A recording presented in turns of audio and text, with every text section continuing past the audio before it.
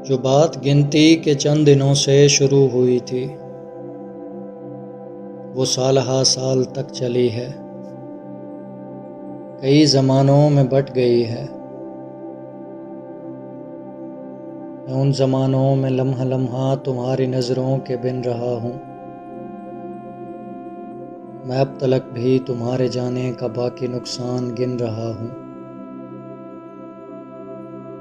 مجھے زمانہ یہ کہہ رہا تھا کہ رائے گانی مبالغہ ہے، بھلا تمہاری جدائی کا دکھ زماں مکاں کو ہلا رہا ہے؟ بھلا ریلیٹیوٹی کی سائنس کسی کے مرنے سے منسلک ہے؟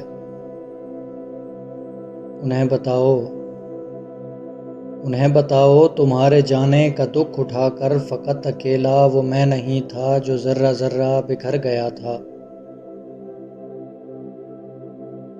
تمہارے جانے کے کچھ دنوں میں ہمارا ہاکنگ بھی مر گیا تھا،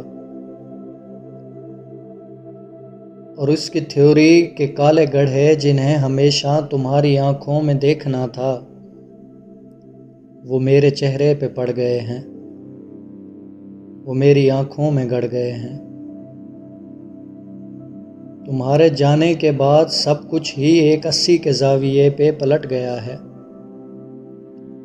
کہ میرا ہونا تمہارے ہونے سے منسلک تھا۔ تمہاری آنکھوں کی روشنی تھی تو میں بھی دنیا میں ہو رہا تھا، تمہارے لہجے کے سر ملے تھے تو میں بنا تھا، تمہارے ہاتھوں کا لمس ہاتھوں کو مل رہا تھا تو دیکھتا تھا۔ تمہاری آنکھوں کی روشنی تھی تو میں بھی دنیا میں ہو رہا تھا، تمہارے لہجے کے سر ملے تھے تو میں بنا تھا، تمہارے ہاتھوں کا لمس ہاتھوں کو مل رہا تھا تو دیکھتا تھا۔ ہمارے ہاتھوں کے ایٹموں کی دفع کی قوت کشش میں کیسے بدل رہی ہے، پر اب تمہاری نظر کہیں ہے، تمہارا لہجہ بھی اب نہیں ہے۔ تو تم بتاؤ میں کس طریقے سے اپنی ہستی کو نیستی سے جدا کروں گا؟ میں دنگ آنکھوں سے ساری دنیا کو دیکھتا ہوں اور اپنے ہونے کی کوئی علت تلاشتا ہوں۔ عجیب طرح کا بے نشاں بے مقام دکھ ہے۔ سمجھنے والے سمجھ گئے تھے یہ رائے گانی ہے، رائے گانی تمام صدیوں کا خام دکھ ہے۔ میں اب حقیقت سمجھ رہا ہوں، تمام دکھ تھا، تمام دکھ ہے۔ تمہیں بتاؤں کہ کسی کے ہونے کا کوئی مقصد کوئی معنی کہیں نہیں ہے۔ اگر تو نطشے نہیں مرا ہے تو اس سے پوچھو کہ کیا کریں گے زمیں پہ رہ کے، پلیں بڑھیں گے بقا کی خاطر لڑیں مریں گے۔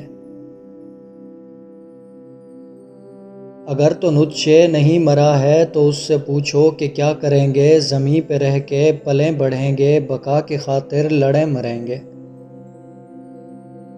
پھر اپنے جیسے کئی جنیں گے اور اس جہاں سے نکل پڑیں گے، جنہیں جنیں گے وہ سب کے سب بھی یہی کریں گے، جنہیں جنیں گے وہ سب کے سب بھی یہی کریں گے، لڑیں مریں گے پلیں بڑھیں گے پھر ان کے بچے اور ان کے بچے۔ یہ کیا تماشائے ہائے ہو ہے، یہ زندگی ہے تو آخت ہو ہے۔